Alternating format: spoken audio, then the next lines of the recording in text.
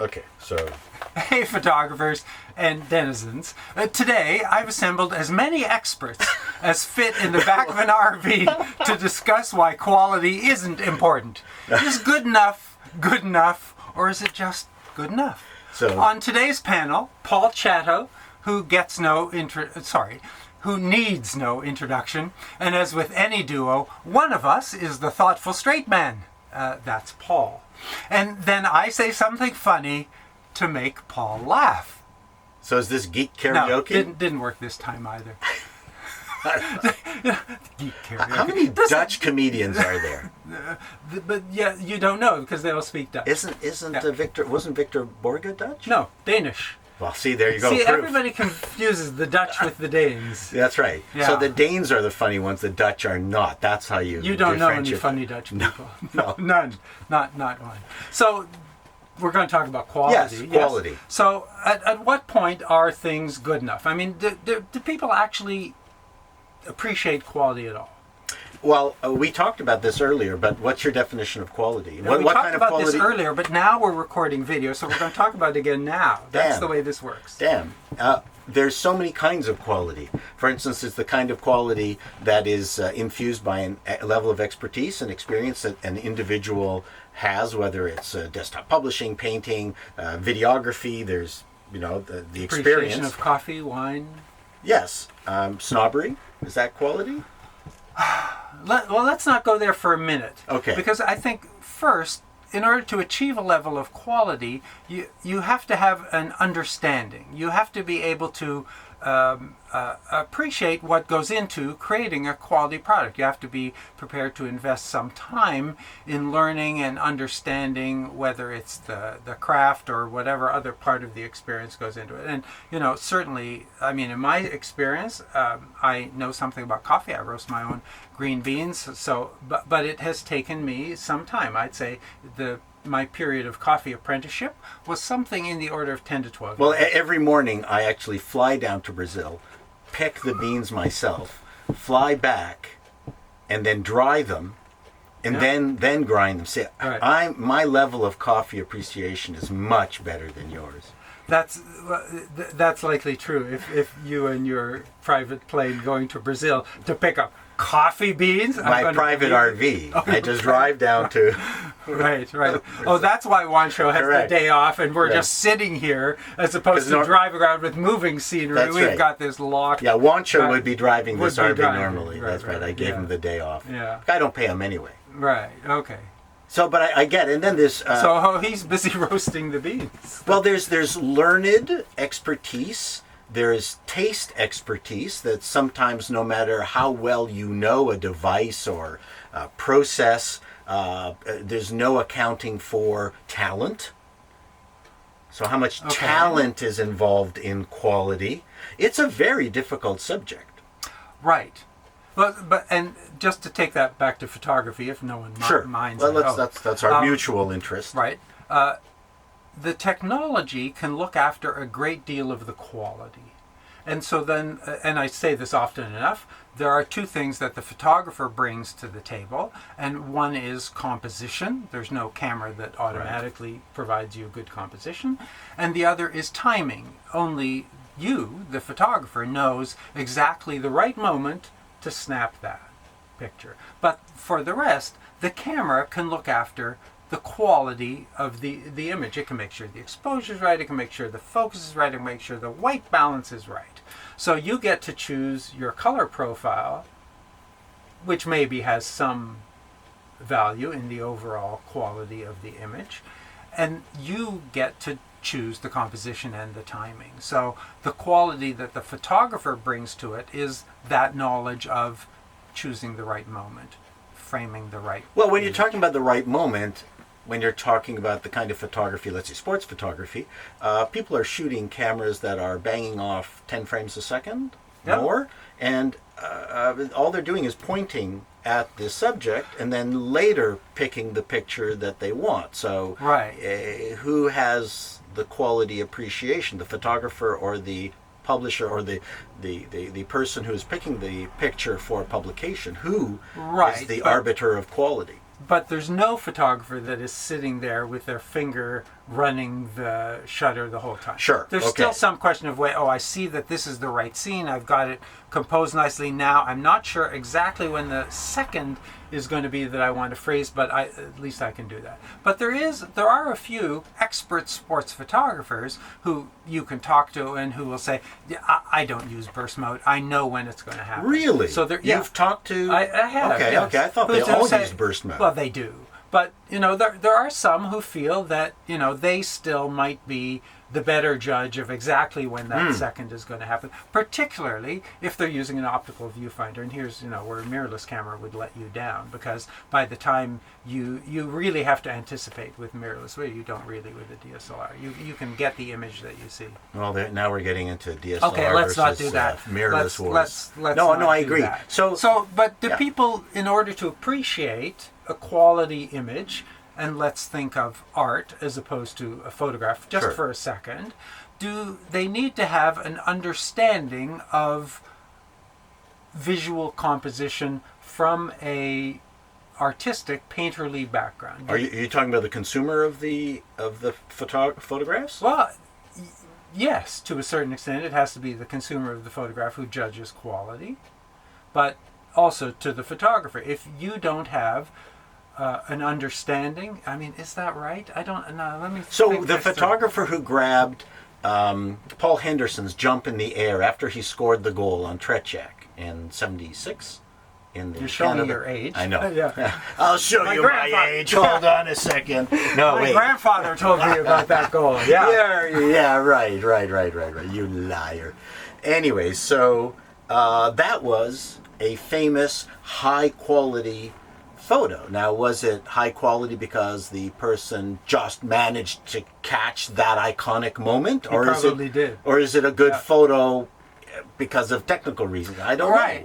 Well, so here's the thing. In photography, does content... I think I need to be closer to you, right? There we go. See, we just adjusted the... Stop! I'm using deodorant. All right.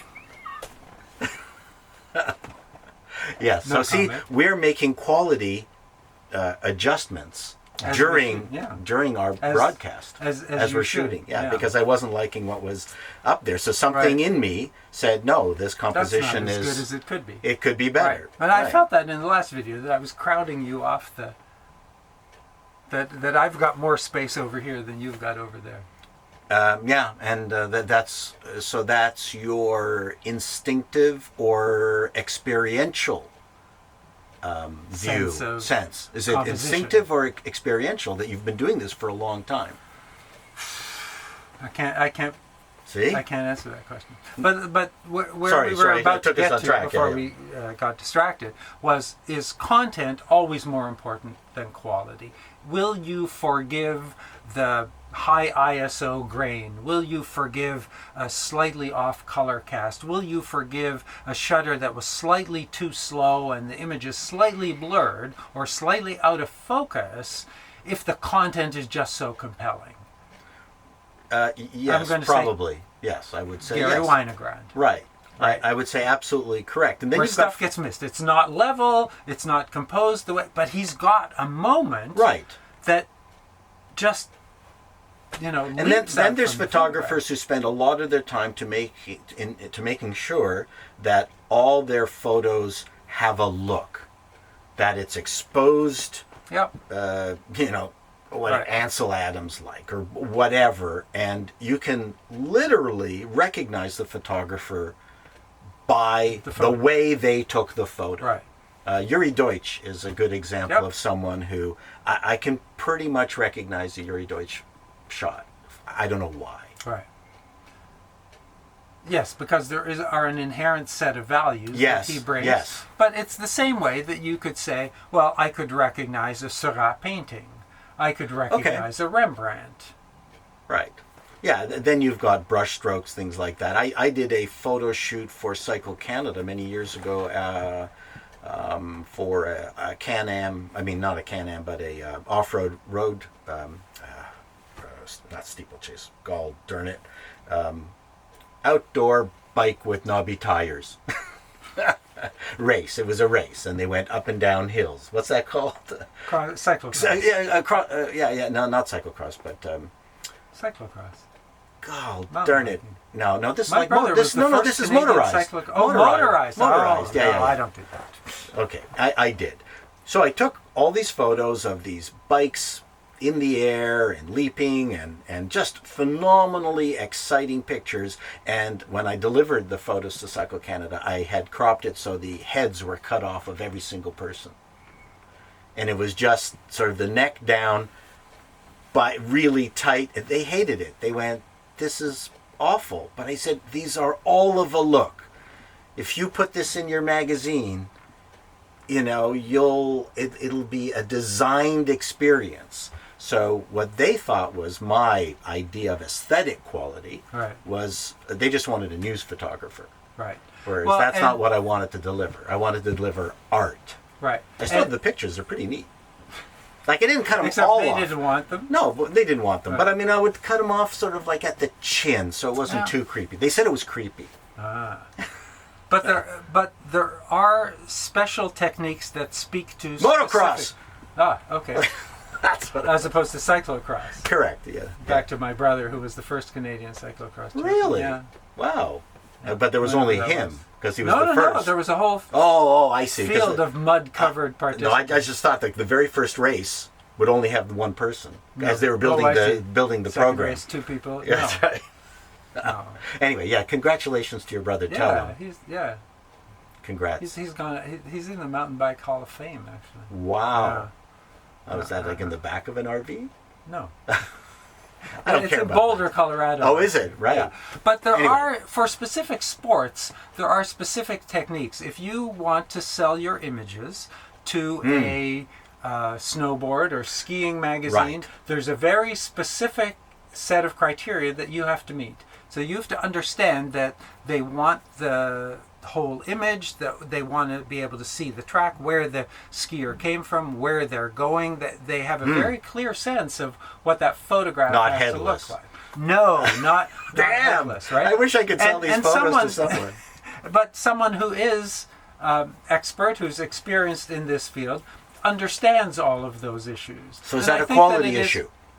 Of course it's a So quality in that issue. particular case, I ascribe quality to a level of expertise that a publisher or someone who's hiring you just assumes you have. In that, Right. when you hire a plumber, you assume they know what they're doing. When you hire an actor and audition them for a role, and they seem to be the right person, you don't think that they don't know how to hit their mark, that they can't remember lines. All of those things would be a shock to you as an employer Right. of an actor, that if, what? You don't know where the camera is, where the light is. Right. You're not remembering your lines. What's going on? That would be a shock. So in the case of the photographer that's hired to shoot the snowboarders, they're expecting the technical quality to be up to scratch. But the technical quality can be up to scratch without understanding what it is that the snowboarders who read the magazine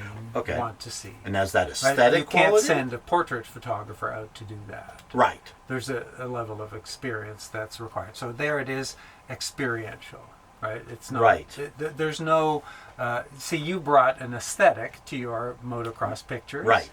But that wasn't appreciated. So No. there's an element. The best. I'll console you later. I They didn't don't bring know my what art violin. is. Continue, sorry. Right. Well, but that's the problem. Do we understand what it takes to make a quality photograph?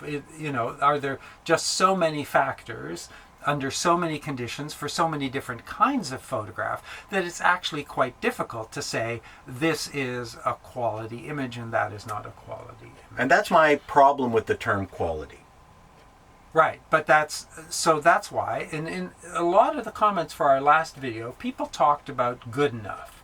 A Boris? smartphone, he was one of them. Boris good enough? Natasha didn't comment either. No.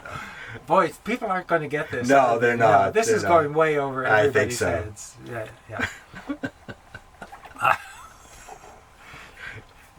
But it's the problem of good enough. that people will accept things. And I think that there's, I'm not sure how to express this, that there's a level of cultural awareness to certain quality levels, that there are geographic areas in the world where people are more attuned to quality, where they are less likely to settle for good enough.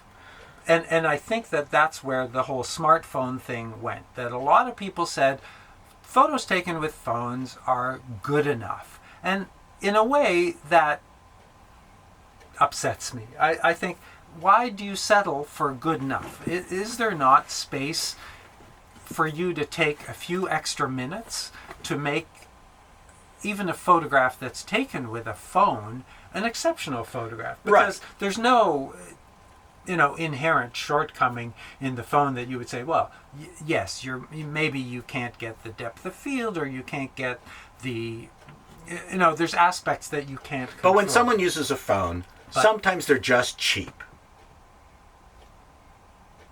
And wow, there are cameras that are a lot cheaper than phones. But I'm talking about people who don't want a professional photographer to shoot them. They don't want to pay for a professional photographer, so they use a smartphone or whatever it is that they've got. Yep. Some people are just cheap. And we try to hire professional photographers for all the websites that we build, and everyone comments that there is a visceral difference with the photos that we get professionally done than other people's websites where the photos were not professionally done. And they're good, they're okay, but there's just something else. And it's not just the photographer, because the photographing team that we hire is both a photographer and an editor. Like they work the photo. Right. So when we get the photos back from them, it's not just from the camera. It's the team effort, including their photoshopping efforts, to really fix things and nail it down and smooth things out, or whatever it is that's needed. So that to me is quality. There's nothing distracting. Correct. So your attention, and this is back to the painting thing. There's nothing distracting. Your attention is drawn to the important things in the order that you want your attention directed to those things. All of the, the rules of composition, that's such a bad word, but all of the techniques that are used to compose images, whether it's rule of thirds or whatever the rules might be that you feel are important, have been thought about, observed, and utilized to give the photograph, to give the image its maximum impact. But this, like I said, this photo is not just the photo, it's the editing of the photo, it's the processing of the photo. Right. That's what made this photo. I went to a seminar at Ryerson from a guy from New York who was a very obsessive photographer. He shot with a Leica M something, 35 mil, black and white, and he would shoot 400 ASA, and he would bracket or do whatever is necessary to make the initial photo work from a exposure perspective. But then he would go into the darkroom, start the development process, and stop it at about 5 minutes or so, pull the negatives out of the D76 or whatever he was using, so he could see that, where the photos were on the strip. He would cut each one of them and then individually finish them as one tiny freaking frame at a time. Right, but that's the same level of... Oh my God, but is that quality? You were talking about with coffee. Yes, okay. Yeah. That's the flying down to Brazil. Is there happy medium? Good enough. No, that's not a happy medium. But the trouble is, too many people settle for way less than that. Right. There are not very many people who are that obsessive, but on the other hand, there are way too many people who will settle for less. Now, he was hired because of the quality he got. Now, he would have gotten just as good. But there's a minimal amount of work that he can accept, because he doesn't have, because it takes him way more time.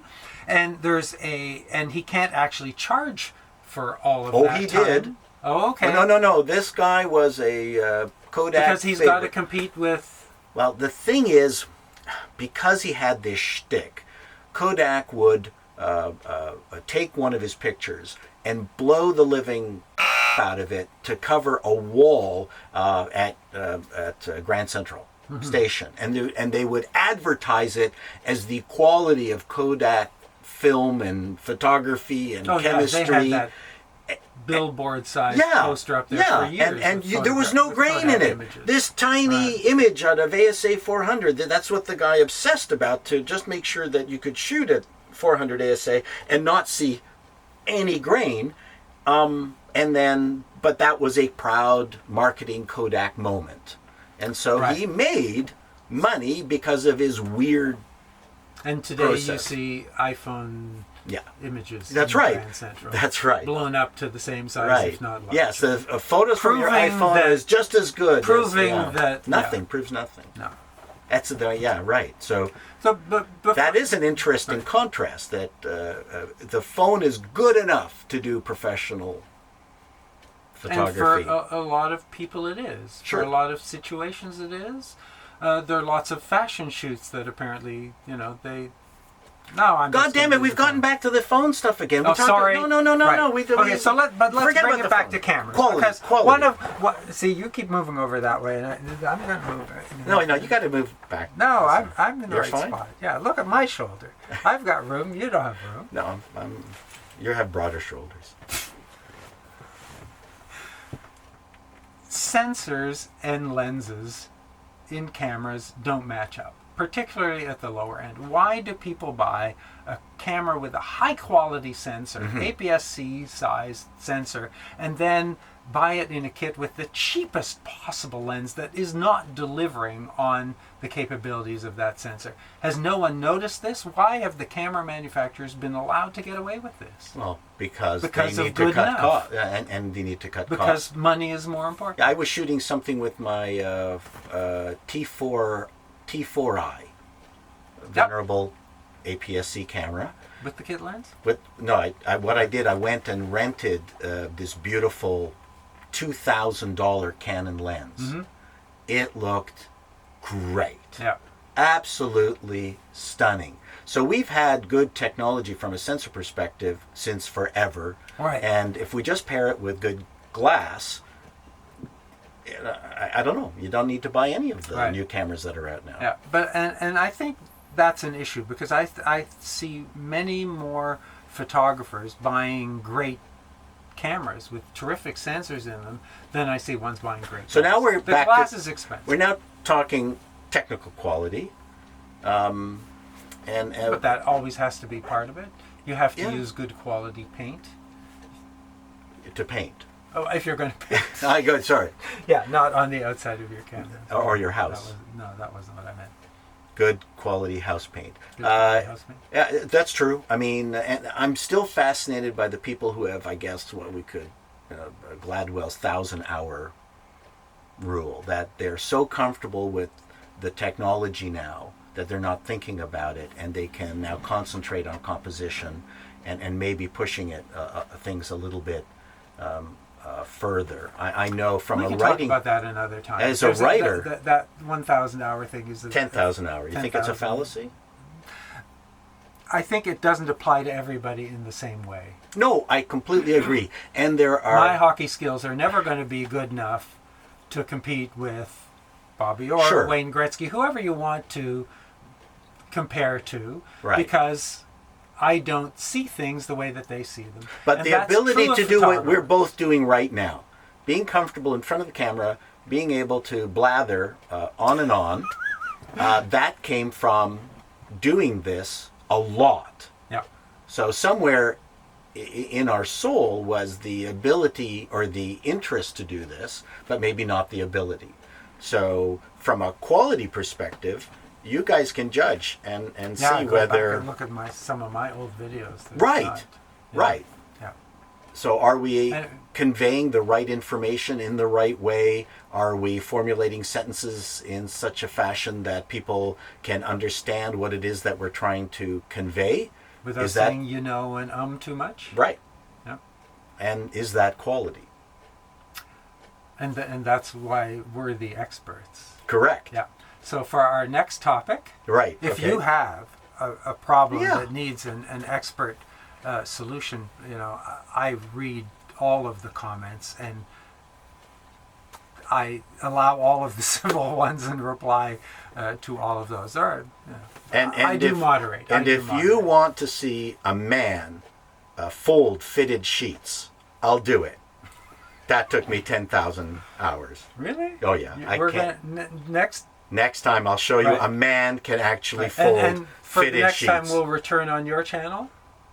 I don't know. Depends on what we want to get out of this. You like having them roll like a vlog, like a blog. Like a podcast. Yes. Whereas I like to edit You it, like to right. chop it up. I think give people the whole experience. If they'd like to spend some time listening in on our conversations, Right. this is maybe the best. So this way. might end up on Maarten's channel. It might end up on this my will. channel. But This one. let's see where the next one goes. Sure. I thought I'd offer you the.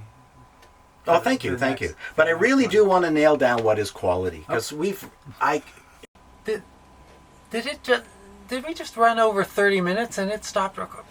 Wow, that's disappointing. And we went on I'm for another sorry. 30 minutes. It was like brilliant stuff that no Yeah. one's going to see anymore. So unfortunate. It is very unfortunate that we got cut off after 30 minutes of brilliant repartee.